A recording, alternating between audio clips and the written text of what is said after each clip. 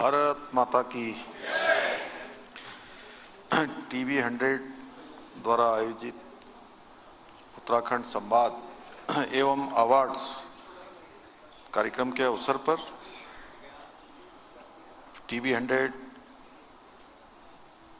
की सीईओ श्री एस.के. गुप्ता जी,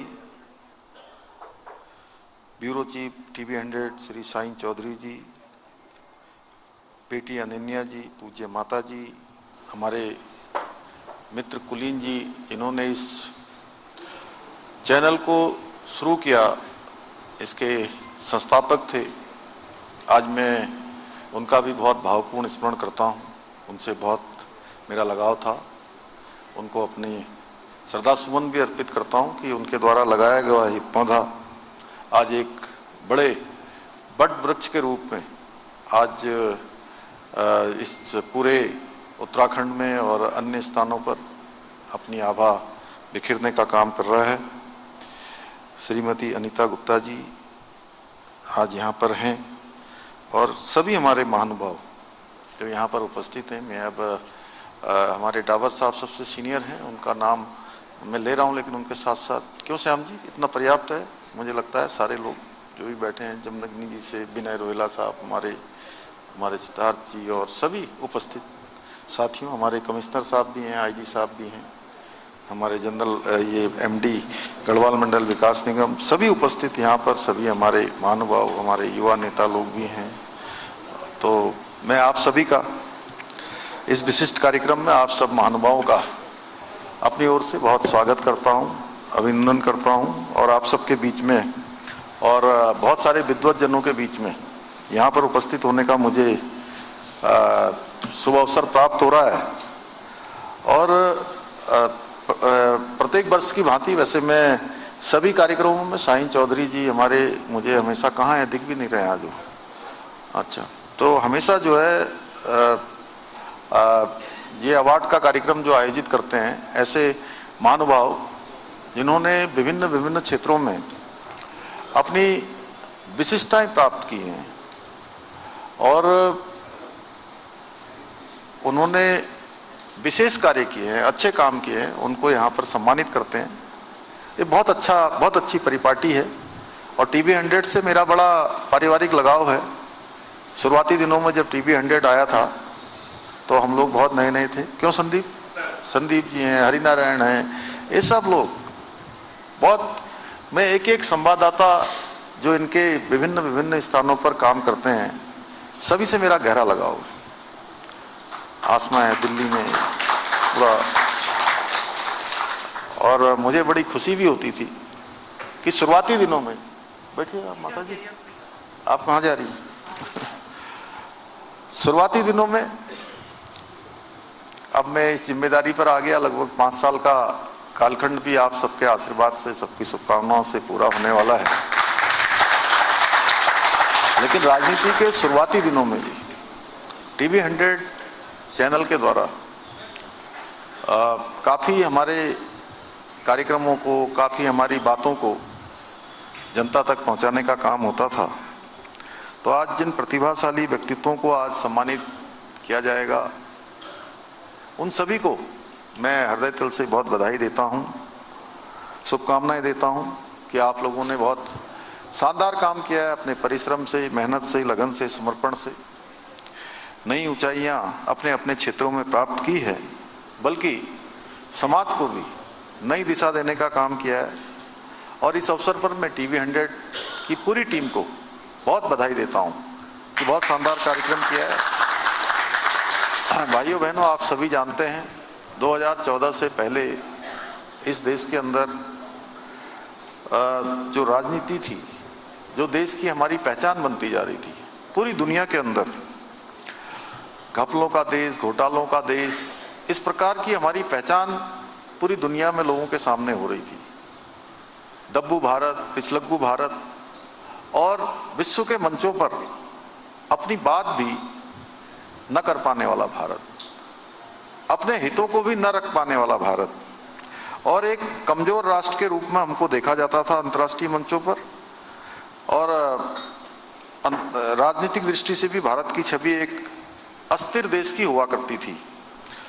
और प्रधानमंत्री श्री नरेंद्र मोदी जी जब देश के प्रधानमंत्री बने तो उन्होंने हमारे देश की इस छवि को उस छवि से बाहर निकालकर आत्मगौरव, स्वाभिमान, राष्ट्रीयता की भावना के पुनर्जागरण का ऐतिहासिक कालखंड प्रारंभ हुआ, जिसने आज जहां एक और भारत रिफॉर्म, परफॉर्म और ट्रांसफॉर्म की नीति के साथ विकास और समृद्धि के नए नए कीर्तिमान स्थापित कर रहा है, वहीं वैश्विक मंचों पर भी अपनी एक सशक्त उपस्थिति दर्ज करा रहा है। सक्षम और सामर्थ्यवान राष्ट्र के रूप में आज हमारी पहचान बन गई है। आज दुनिया का कोई भी बड़ा निर्णय होता है तो पूरी दुनिया भारत के रुख का इंतजार करती है। आदरणीय मोदी जी देश के पहले प्रधानमंत्री हैं जिन्होंने भारत को विकसित राष्ट्र बनाने का संकल्प लिया और इसी संकल्प को साकार करने के लिए आज उनके नेतृत्व में पूरे योजनाबद्ध तरीके से आज हर दिशा में धरातल पर काम किया जा रहा है। आदरणीय प्रधानमंत्री जी के नेतृत्व में जहां देश के अंदर कश्मीर में धारा 370 समाप्त हुई, ट्रिपल तलाक जैसी कुप्रथा का अंत हुआ, भगवान श्री रामचंद्र जी का अयोध्या में जिस मंदिर के निर्माण की प्रतीक्षा पिछले 500 वर्षों से हो रही थी, वो सपना और वो संकल्प भी देशवासियों का, राम भक्तों का, सनातनियों का, पूरे दुनिया भर के लोगों का पूरा हुआ। ऐसे अनेक ऐतिहासिक निर्णय, चाहे नागरिकता संशोधन विधेयक हो, वक्फ बोर्ड का संशोधन हो, ऐसे ऐतिहासिक निर्णयों और उपलब्धियों का साक्षी आज देश बना है। वहीं आदरणीय प्रधानमंत्री जी के नेतृत्व में अंत्योदय के संकल्प को पूरा करने के लिए जनधन योजना, प्रधानमंत्री आवास योजना, गरीब कल्याण अन्न योजना, आयुष्मान भारत योजना जैसे अनेक योजनाएं, इनके माध्यम से समाज के अंतिम छोर में खड़े हुए व्यक्ति को विकास की मुख्य धारा से जोड़ने का काम किया गया। भाइयों बहनों, प्रधानमंत्री जी के नेतृत्व में उत्तराखंड भी आज विकास के पथ पर निरंतर आगे बढ़ रहा है। आज हमारी सरकार जिस कार्य का शिलान्यास करती है उस कार्य का लोकार्पण भी करती है, यानी कि समय पर हम उसको पूरा करते हैं। कोई भी योजना ऐसी नहीं होती है जिस योजना को बीच में रोक दिया जाता है या योजना शुरू होने के बाद वो पूरी नहीं होती है। हमने जहाँ शिक्षा का क्षेत्र हो, स्वास्थ्य, सड़क, खेल, पेयजल, हवाई कनेक्टिविटी जैसे सभी प्रमुख क्षेत्रों में आधुनिक इंफ्रास्ट्रक्चर विकसित करने की दिशा में सार्थक प्रयास किया है, वहीं 30 से अधिक विशिष्ट नीतियां बनाकर उनमें किसी में कुछ शिथिलता प्रदान करके उत्तराखंड के सर्वांगीण विकास का एक विस्तृत रोडमैप तैयार करके नई योजनाओं को लागू किया है। इसके साथ ही हमारी सरकार देवभूमि उत्तराखंड को विश्व की आध्यात्मिक राजधानी के रूप में स्थापित करने की दिशा में भी निरंतर कार्य कर रही है। जहां हमने एक और केदारखंड, मानसखंड दोनों ही क्षेत्रों में मंदिरों के सौंदर्यीकरण के लिए अनेक कार्य हम कर रहे हैं। वहीं आज हरिपुर कालसी में यमुना तीर्थ स्थल के पुनरुद्धार करने के साथ ही हरिद्वार ऋषिकेश में Ganga corridor, Vivekananda corridor, Golju corridor और शारदा कॉरिडोर के निर्माण की दिशा में भी कार्य किया जा रहा है। हमने राज्य में पहली बार एक नया अभिनव काम शुरू किया, शीतकालीन यात्रा प्रारंभ की। पहले यात्रा आप सबको ध्यान में है कि कपाट खुलने के बाद यात्रा प्रारंभ होती थी और 6 माह चलती थी, 6 माह के बाद पूरी तरह से बंद हो जाती थी। अब अनवरत रूप से हमारे होटल चले, हमारे ढाबे चले, टैक्सी चले, अन्य टूरिस्ट के क्षेत्र में काम करने वाले लोगों का कारोबार चले और पूरे 12 महीने अनवरत रूप से उनको काम मिले। और ये काम हमारे प्रधानमंत्री जी ने भी इसमें शामिल होकर इस यात्रा को पूरे देश और दुनिया के अंदर हमारा प्रमोशन किया, हमारा प्रोत्साहन किया। मैं प्रधानमंत्री जी का भी धन्यवाद करता हूँ। और बड़ी संख्या में इस वर्ष भी और पिछले वर्ष भी शीतकालीन यात्रा में लोगों ने भाग लिया है, जो संख्या हमारी 2 लाख से भी ऊपर पहुंच गई है। इतना ही नहीं, आदि कैलाश यात्रा इस वर्ष भी जब चारधाम यात्रा शुरू हुई है और लगभग 20 दिनों की यात्रा में 11 लाख से अधिक तीर्थयात्री श्रद्धालु अभी तक 4 धामों के दर्शन कर चुके हैं। वहीं आदि कैलाश यात्रा ने भी सारे रिकॉर्ड तोड़ दिए। एक सप्ताह में ही 8,000 से अधिक की संख्या आदि कैलाश पहुंच गई है। 17,000 फुट की ऊंचाई पर एक कठिन यात्रा, लेकिन लोगों का आना अनवरत रूप से जारी है। इसके साथ साथ हमने राज्य में धार्मिक पर्यटन बढ़ाने के साथ साथ वेलनेस टूरिज्म, वेडिंग टूरिज्म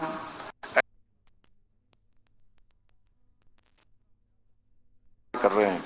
इसके अलावा हम राज्य में साहसिक पर्यटन, trekking, river rafting, paragliding, skiing, mountaineering को भी बढ़ावा देने के लिए निरंतर प्रयासरत हैं। यही नहीं, हम प्रदेश में आयुर्वेदिक एवं प्राकृतिक चिकित्सा, योग और आध्यात्मिक पर्यटन को बढ़ावा देने के लिए गढ़वाल और कुमाऊं मंडलों में एक स्पिरिचुअल इकोनॉमिक जोन की स्थापना भी करने जा रहे हैं। और मुझे आप सबको बताते हुए खुशी हो रही है कि आज यहाँ आने से पहले हमारी मंत्रिमंडल की बैठक थी, जहाँ हमने प्रधानमंत्री जी ने जो देशवासियों से अपील की है ईंधन की खपत को बचाने के लिए, उर्वरक की मात्रा को कम से कम आयात करने के लिए देश को काम करना पड़े, उसके लिए हमने बहुत सारे आज फैसले भी लिए हैं। एक SOP भी हम जारी कर रहे हैं, प्रदेशवासियों से अपील भी कर रहे हैं।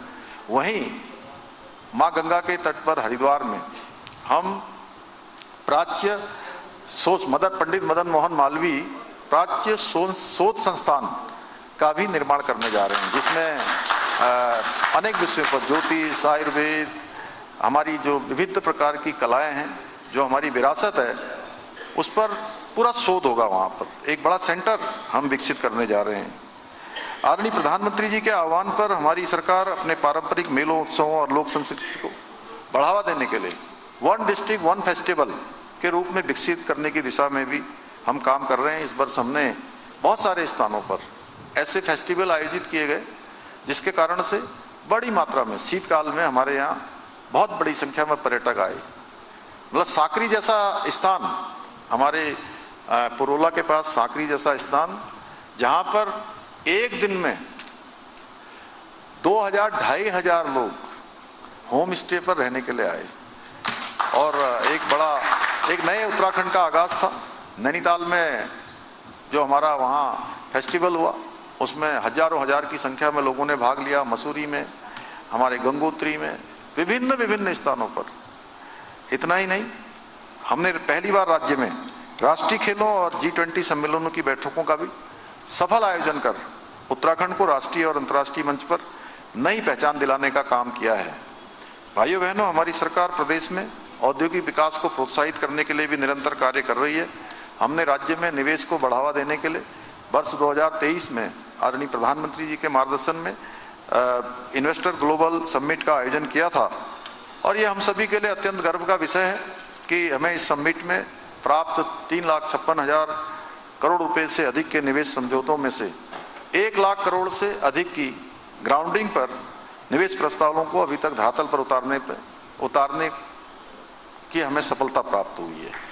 1 लाख की ग्राउंडिंग हो चुकी है। यही नहीं, हमारी सरकार राज्य में स्थानीय अर्थव्यवस्था और पर्यटन को बढ़ावा देने के लिए भी कई महत्वपूर्ण योजनाओं पर कार्य कर रही है। एक जनपद 2 योजना उत्पाद के माध्यम से हमने स्थानीय आजीविका के अवसरों को बढ़ावा दिया है, जबकि हाउस ऑफ हिमालयाज ब्रांड ने हमारे स्थानीय उत्पादों को व्यापक पहचान दिलाने का काम किया है। इतना ही नहीं, इसके अलावा state millet mission, farm machinery bank, apple mission, नई पर्यटन नीति, नई फिल्म नीति, home stay, wed in Uttarakhand, सौर स्वरोजगार योजना जैसी योजनाओं के माध्यम से हम अपनी स्थानीय अर्थव्यवस्था को मजबूती प्रदान करने का कार्य कर रहे हैं। और इन योजनाओं से न केवल रोजगार के अवसर बढ़ रहे हैं, बल्कि पर्यटन और कृषि क्षेत्रों की नई संभावनाओं के द्वार भी खुल रहे हैं। इसी का परिणाम है कि विभिन्न चुनौतियों के बावजूद हमारे प्रदेश ने कई उल्लेखनीय उपलब्धियां हासिल की हैं और नए कीर्तिमान स्थापित किए हैं, जिनकी गूंज आज केवल उत्तराखंड में ही नहीं बल्कि पूरे देश में सुनाई देती है। आज प्रदेश में अर्थव्यवस्था में 1.5 गुना वृद्धि दर्ज की गई है, जबकि पिछले 1 वर्ष में GSDP में 7.23% की बढ़ोतरी हुई है। बीते 4 वर्षों में राज्य की प्रति व्यक्ति आय में 41% की वृद्धि हुई है। हम बेरोजगारी दर में रिकॉर्ड 4.4% की कमी लाकर हमने बहुत अच्छा काम किया। राष्ट्रीय औसत से बेहतर प्रदर्शन किया है। आज राज्य का बजट का आकार जो मात्र 4000 करोड़ के पार पहुंच गया है। वहीं राज्य में 20,000 से अधिक नए उद्योग स्थापित हुए हैं और स्टार्टअप इकोसिस्टम भी तेजी से मजबूत हुआ है। आज प्रदेश में स्टार्टअप्स की संख्या 700 से बढ़कर 1750 से अधिक हो चुकी है। इसके साथ ही राज्य में हेलीपोर्ट की संख्या 2 से बढ़कर 12 और हेलीपैड की संख्या 60 से बढ़कर 118 हो गई है, जो लगभग दुगनी हो गई है। इतना ही नहीं, आज प्रदेश में बिजली उत्पादन पहले की तुलना में 3 गुना से अधिक हो गया है। इसके साथ ही आज हमारे प्रदेश की 2,65,000 से अधिक बहनें लखपति दीदी बन गई हैं, जो महिला सशक्तिकरण की दिशा में एक आत्मनिर्भरता की नई मिसाल पेश कर रही हैं। आज डबल इंजन सरकार के कारण राज्य दोगुनी रफ्तार से प्रगति कर रहा है। इसी का परिणाम है कि राज्य ने रिवर्स फ्लाइन में 44% की बढ़ोतरी दर्ज की है। नीति आयोग द्वारा जारी सतत विकास के लक्ष्यों को प्राप्त करने के इंडेक्स में उत्तराखंड को देश में पहला स्थान प्राप्त हुआ है। साथ ही सार्वजनिक वित्तीय प्रदर्शन सूचकांक में विशेष राज्यों की श्रेणी में भी उत्तराखंड ने दूसरा स्थान हासिल किया है। ईज ऑफ डूइंग बिजनेस में उत्तराखंड को अचीवर्स और स्टार्टअप रैंकिंग में लीडर्स की श्रेणी प्राप्त हुई है। इतना ही नहीं, लगातार 4 वर्षों से उत्तराखंड को देश का मोस्ट फिल्म फ्रेंडली स्टेट होने का गौरव भी प्राप्त हो रहा है। कृषि और मत्स्य क्षेत्र में भी राज्य तेजी से आगे बढ़ रहा है। आज उत्तराखंड का मत्स्य सेक्टर 9% से अधिक की दर से वृद्धि कर रहा है। इसी उत्कृष्ट कार्य के लिए भारत सरकार द्वारा उत्तराखंड को हिमालय राज्यों की श्रेणी में श्रेष्ठ मत्स्य राज्य का सम्मान भी प्राप्त हुआ है। हमारा प्रदेश आज युवाओं को रोजगार उपलब्ध कराने वाले राज्यों की सूची में भी अग्रणी सूची में हमारी पहचान बन रही है। वहीं नीति आयोग द्वारा जारी एक्सपोर्ट प्रिपेयर्डनेस इंडेक्स में भी उत्तराखंड देश के अग्रणी राज्यों में शामिल हुआ है। इसके अलावा पर्यटन, एविएशन, खेल विकास के क्षेत्र में भी उत्तराखंड को best state for promotion of aviation ecosystem तथा बेस्ट विलेज, बेस्ट डिस्ट्रिक्ट जैसे कई राष्ट्रीय सम्मान प्राप्त हुए हैं। इसके साथ ही national logistic index, state startup ecosystem और state energy and green index जैसे कई राष्ट्रीय सूचकांकों में भी राज्य को पुरस्कार प्राप्त हुए हैं।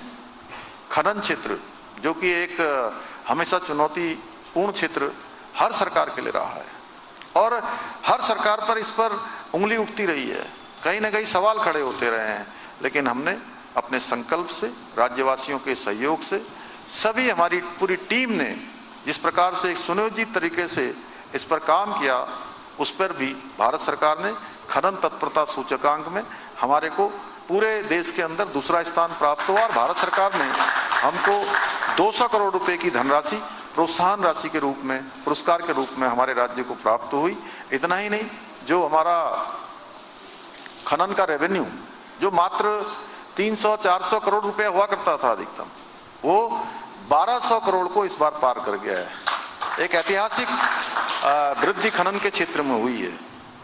इन सभी उपलब्धियों के माध्यम से आज उत्तराखंड देश में विकास, सुशासन और जन कल्याण के मॉडल राज्य के रूप में अपनी मजबूत पहचान स्थापित कर रहा है। इसके अतिरिक्त हमारी सरकार उत्तराखंड के समग्र विकास के साथ साथ इसकी सांस्कृतिक पहचान, पारंपरिक विरासत और डेमोग्राफी संतुलन को सुरक्षित रखने के लिए भी पूर्ण प्रतिबद्धता के साथ कार्य कर रही है। इस दिशा में कार्य करते हुए हमने सबसे पहले देश में पहली बार राज्य में समान नागरिक संहिता का कानून लागू करके सामाजिक समानता और सभी को न्याय के सिद्धांत को धरातल पर लागू करने का काम किया है और ये कानून सबसे पहले देवभूमि उत्तराखंड में लागू हुआ और आज देवभूमि से गंगा चलकर देश के अन्य राज्यों में भी पहुंच चुकी है। अब सभी राज्य इस दिशा में आगे बढ़ चुके हैं।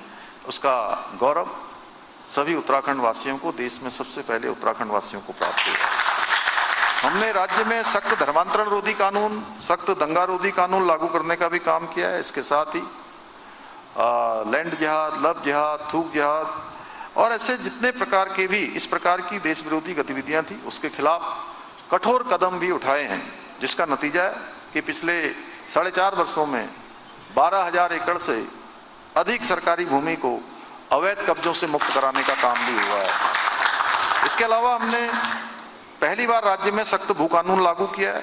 राज्य की मूल पहचान और स्थानीय लोगों के अधिकारों को सुरक्षित करने का कार्य भी किया है।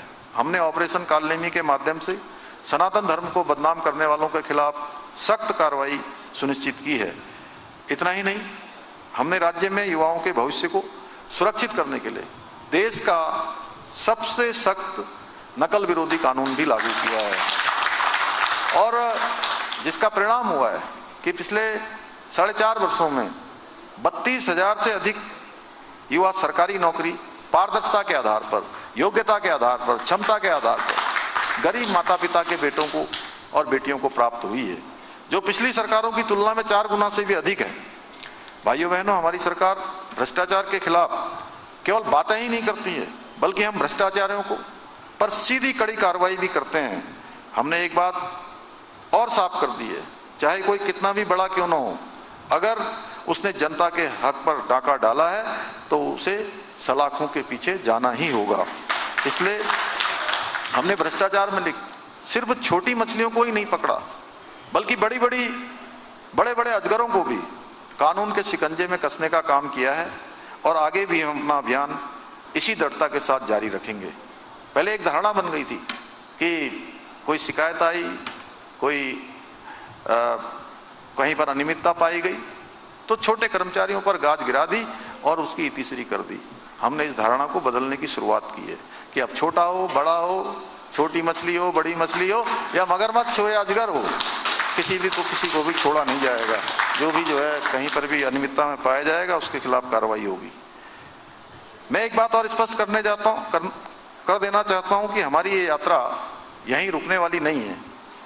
जैसा कि आदरणीय प्रधानमंत्री जी ने बाबा केदार के धाम से कहा था कि ये दशक 21वीं सदी का तीसरा दशक उत्तराखंड का दशक होगा। इस दशक को उत्तराखंड का दशक बनाने के लिए, इसे सफल बनाने के लिए हम 24 घंटे 7 दिन अनवरत रूप से समर्पित भाव से कार्य कर रहे हैं। इसी को ध्यान में रखते हुए आने वाले चुनावों के लिए भी हमारी रणनीति बिल्कुल साफ है। हमारी रणनीति बाकी दलों की तरह नकारात्मकता या विभाजन की नहीं है, बल्कि विकासवाद और अंत्योदय की है। भाइयों बहनों, एक ओर जहां हमारी सरकार विकास, सुशासन और अंत्योदय के मंत्र के साथ आगे बढ़ रही है, वहीं दूसरी ओर कुछ दल आज भी केवल तुष्टीकरण, भ्रम और नकारात्मक राजनीति में उलझे हुए हैं। ऐसे दल जिन्होंने दशकों तक देश और प्रदेश को केवल भ्रष्टाचार, परिवारवाद और अवसरवादी राजनीति दी है, वे भी अब चुनाव के नजदीक आने पर विकास की बात करने लगे हैं। पर जनता अब बहुत जागरूक हो गई है। वो अब न अफवाहों में आने वाली है, न बातों में आने वाली है। केवल वादों और नारों से संतुष्ट नहीं होती। जनता अब काम देखती है, परिणाम देखती है और नियत पहचानती है कि किस नीति और नियत से काम किया जा रहा है। पहले राजनीति का मतलब केवल सत्ता बचाना होता था। आज राजनीति का अर्थ है सेवा, सुशासन और राष्ट्र निर्माण। जो दल वर्षों तक गरीबी, युवा और महिलाओं के नाम पर राजनीति करते रहे, वे आज जवाब दें कि उन्होंने इन वर्गों के जीवन में वास्तविक परिवर्तन लाने के लिए क्या काम किया है। आज देश की जनता जान चुकी है, जिनके पास न नीति है, न नियत है और न ही नेतृत्व है, क्या देश और प्रदेश का वो विकास करेंगे। और आप देख ही रहे हैं, जहां भी देश भर में चुनाव हो रहे हैं, उन चुनावों में देश की जनता सुशासन, विकास, गरीब कल्याण, इसका पर्याय बन चुकी डबल इंजन की सरकारों को प्राथमिकता दे रही है और लगातार डबल इंजन लगा रही है। अभी अभी आपने देखा, चाहे वो हमारी गंगोत्री से गंगा सागर तक बंगाल हो, आसाम हो या पौंडीचेरी हो, सब जगह डबल इंजन लग रहा है। भाइयों बहनों, आज विपक्ष विशेष रूप से कांग्रेस की सबसे बड़ी समस्या भाजपा नहीं है, बल्कि उनका अंतरकलह है और नेतृत्व संकट है। जिस दल के नेता आपस में ही एक दूसरे को कमजोर करने में लगे हों, वो जनता को मजबूत नेतृत्व कैसे दे सकते हैं? एक बड़ा प्रश्न है। जनता ऐसे दल पर कैसे विश्वास करे जो स्वयं को संगठित नहीं कर पा रहे हैं और हर दिन आंतरिक संघर्षों से जूझ रहे हों? भाइयों बहनों, हमारी राजनीति का केंद्र केवल चुनाव जीतना नहीं है, बल्कि प्रदेश के प्रत्येक नागरिक के जीवन में सकारात्मक परिवर्तन लाना है। समाज के अंतिम छोर में खड़े हुए व्यक्ति तक पहुंचना है, उस तक सुशासन शासन पहुंचाना है, उस तक सहायता पहुंचानी है, उसके जीवन को उत्थान के लिए काम करना है। हम मानते हैं कि लोकतंत्र में जनता सर्वोपरि है और जनता की आकांक्षाओं को पूरा करना ही किसी भी सरकार की सबसे बड़ी जिम्मेदारी है। भाइयों बहनों, हमारा ये प्रयास है कि प्रत्येक बुनियादी सुविधा समाज के अंतिम छोर पर खड़े हुए व्यक्ति तक अनिवार्य रूप से पहुंचे। हम चाहते हैं उत्तराखंड का युवा, उत्तराखंड का किसान, महिला, उद्यमी, सीमांत क्षेत्रों में रहने वाला प्रत्येक नागरिक विकास की इस यात्रा का न केवल साक्षी बने, बल्कि इसका सक्रिय भागीदार बने। हम ऐसे उत्तराखंड का निर्माण करना चाहते हैं जो आत्मनिर्भर हो, सशक्त हो और पूरे देश के लिए विकास का एक रोड मॉडल स्थापित करे। यानी कि जो भी काम हम देवभूमि उत्तराखंड के अंदर करें वो अन्य राज्यों के लिए भी उदाहरण बने। मुझे पूरा विश्वास है कि आदरणीय प्रधानमंत्री श्री नरेंद्र मोदी जी के मार्गदर्शन और प्रदेशवासियों के आशीर्वाद से हम उत्तराखंड को विकास, सुशासन और जन कल्याण के नए शिखर तक पहुंचाने के अपने विकल्प रहित संकल्प को पूरा करने में अवश्य सफल होंगे। और इस यात्रा में मीडिया, विशेषकर टीवी 100 जैसे हमारे क्षेत्रीय चैनलों की भूमिका भी अत्यंत महत्वपूर्ण है। इसलिए मेरी आपसे यही अपेक्षा है कि आप इसी प्रकार निष्पक्षता से, सत्यता और निर्भीकता के साथ पत्रकारिता के मूल्यों को हमेशा जीवित रखें और अपनी यात्रा को अनवरत रूप से आगे बढ़ाते रहें। मैं पुनः टीवी 100 की पूरी टीम को इस सफल आयोजन के लिए बधाई देते हुए आप सबका धन्यवाद करते हुए अपनी बात को समाप्त करता हूं। धन्यवाद।